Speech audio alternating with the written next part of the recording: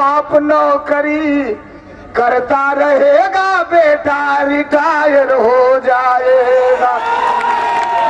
जो गर्मी सह नहीं सकता वो मौसम सर्द क्या जाने, और जो बीबी रख नहीं सकता उसे हम मर्द क्या जाने। बहुत धन्यवाद। जय समाजवाद।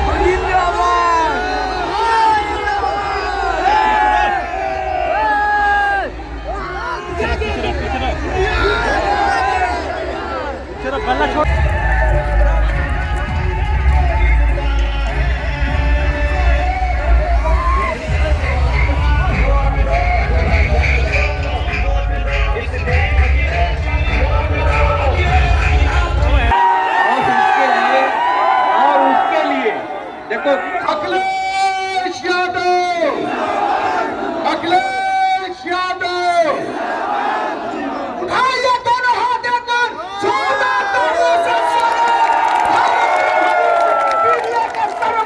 अखिलेश यादव के लिए। लेकिन हमारे आजमगढ़ के भाई बहनों बताओ, अगर एक भी कारखाना भारतीय जनता पार्टी की सरकार में यहाँ लगा हो तो बता दो। कोई कारखाना नहीं, केवल झूठा निवेश का आंकड़ा दिखाना। इसलिए नौजवान साथियों, हम आपको भरोसा दिला के जा रहे हैं कि सरकार की 30 लाख नौकरियां खाली हैं जो अभी तक भरी नहीं गई हैं। इंडिया गठबंधन सरकार में बनते ही 30 लाख नौकरियों को खोलने का काम करेगा और अपने नौजवानों को आरक्षण का पालन कर करके उनके जीवन में बदलाव लाने का काम होगा। न केवल 30 लाख नौकरियां, बल्कि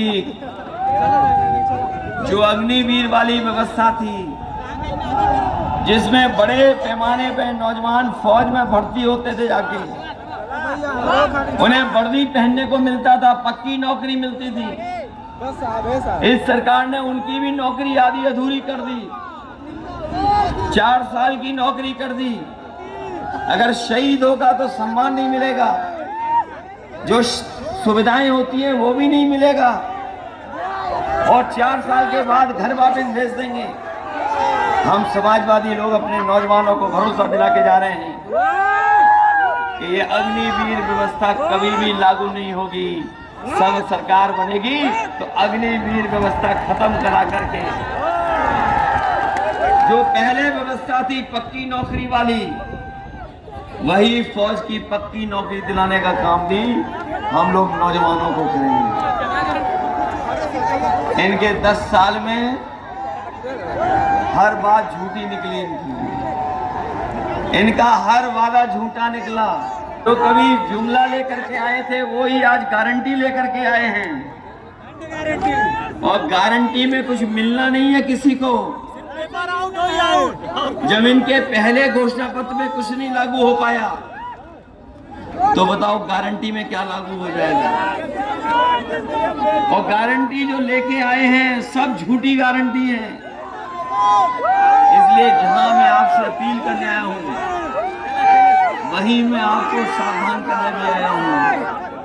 ये समय समय पर भारतीय जनता पार्टी ने न केवल साजिश कर करके झूठ बोल करके जनता को गुमराह करने का काम किया, और इनका एक एक अगर हम फैसला देख लेंगे तो फैसला जनता के खिलाफ लिए हैं। जिन लोगों ने महंगाई बढ़ा दी हो, बेरोजगारी बढ़ा दी हो, और जो लोग यहाँ पर हैं वो खुद महसूस करते होंगे कि इनकी सरकार में लगातार महंगाई बढ़ी है। यहाँ जो हमारे किसान भाई मौजूद हैं वो जानते होंगे जब खाद खरीदे होंगे तो इन्होंने खाद की बोरी से भी चोरी कर ली। पहले 5 किलो, फिर 5 किलो, अब 10 किलो की चोरी हो रही है। ये चुनाव न केवल हमारे आपके भविष्य का चुनाव है बल्कि आने वाली पीढ़ी के भविष्य का भी चुनाव है। जहां आने वाली पीढ़ी के भविष्य का चुनाव है वहीं ये चुनाव लोकतंत्र को बचाने का भी है। लेकिन जो लोग ये सपना लेकर के निकले हैं कि संविधान बदल देंगे, संविधान बदलने वालों को इस बार आजमगढ़ की जनता बदलने का काम करेगी। ये लोग जो डबल इंजन वाले हैं और जितना भी काम समाजवादियों ने किया वो सब खराब कर दिया। चाहे वो एम्बुलेंस हो वो खराब हो गई, चाहे वो 100 नंबर बनाई हो वो व्यवस्था खराब हो गई, और 100 नंबर के अलावा जो अस्पताल या जो बिजली का इंतजाम किया था वो भी खराब कर दिया। और जहां बिजली आनी चाहिए थी लेकिन बिजली के साथ साथ बताओ आपका बिल बढ़ करके आ रहा कि नहीं आ रहा। बिल तो बढ़ा ही दिया। और अगर जब कभी बाजार से दवाइयां लेने जाते होंगे तो बताओ दवाइयां महंगी हो गई कि नहीं हो गई। केवल डीजल पेट्रोल नहीं, गाड़ी से लेकर के हर चीज महंगी कर दी। इसलिए जहां महंगाई को रोकना है और जो लगातार ये बड़े लोगों को लाभ पहुंचा रहे हैं जिससे महंगाई बढ़ रही है, और वो कोरोना वाले समय पे जो वैक्सीन लगाई थी उसकी भी पोल खुल गई। अब तो कंपनी वाले ये कह रहे हैं कि जो वैक्सीन लगाई है, जो लग गई है वैक्सीन, वो हम वापस ले लेंगे। बताए हमें कोई कि जो वैक्सीन शरीर में पहुंच गई वो वापस कैसे आएगी? अगर कोई तरीका हो तो बता दो। और इलेक्ट्रोल बॉन्ड से इन्होंने किसी को नहीं छोड़ा जिससे पैसा ना वसूल लिया हो। अभी तक के चरणों में तो बीजेपी बहुत पीछे छूट गई है। अब तो केवल 27 सीटों पर चुनाव है। कितनी सीटों पे बचा है चुनाव? 27 सीटों पे है चुनाव।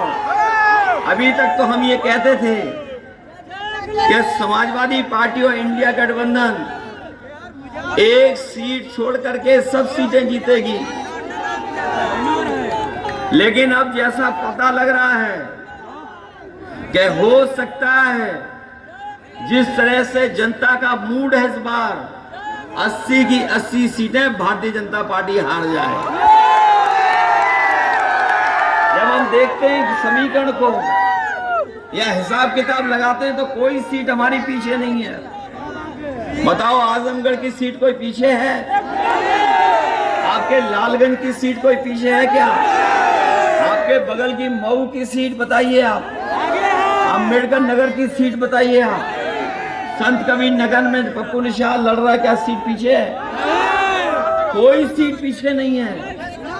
इस बार लगता है कि पूर्वांचल की जनता भारतीय जनता पार्टी का पूरा सफाया करने का काम करेगी।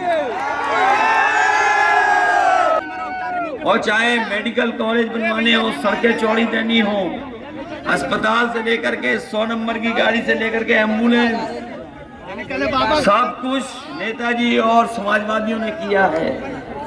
इस विकास में कहीं पीछे नहीं आजमगढ़। इसलिए जहां आजमगढ़ की खुशहाली के लिए काम करेंगे, वहीं अगर आजमगढ़ का कभी भी सम्मान बढ़ाना पड़ेगा तो हम लोग सम्मान बढ़ाने का भी काम करेंगे। और अभी देखा भी होगा, जब एमएलसी बनाने का वक्त आया तो सबसे आगे आजमगढ़ ही दिखाई दिया। और रहा बचा मामला, जमाली साहब समझा लेंगे और बना देंगे। ये तो ऐसे ही कह दिए 2 लाख। मैं समझता हूं जिस तरह का माहौल दिखाई दे रहा है, जिस तरह का है उत्साह लोगों के अंदर, इसलिए आजमगढ़ के लोगों, देश की बड़ी जीत में शामिल होना, देश की बड़ी जीत में हो जाओगे सब लोग।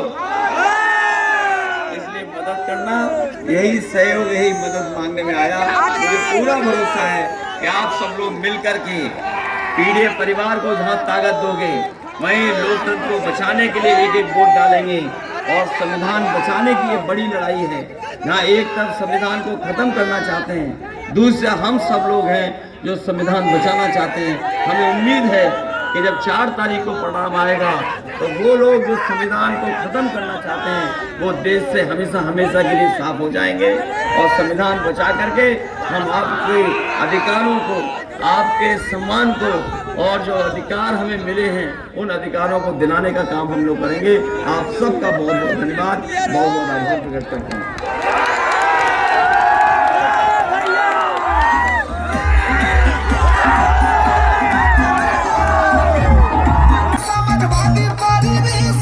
स्वागत करिए दीदी के नेता अखिलेश का।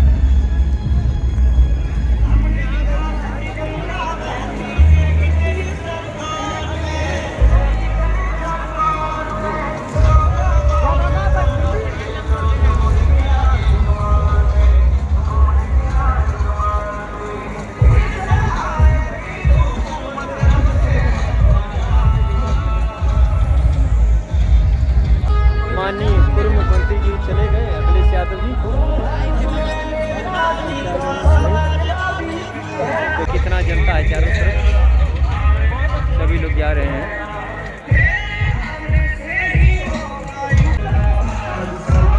जनता अपने अपने घरों की तरफ जा रही है और जनसभा समाप्त हो चुकी है। दोस्तों, आप लोगों के बीच आज का समाचार और आज की अपनी वीडियो हम यहीं पे एंड करते हैं। फिर मिलते हैं नेक्स्ट वीडियो के साथ। तब तक आप लोग खुश रहिए। नमस्कार, जय हिंद, जय भारत।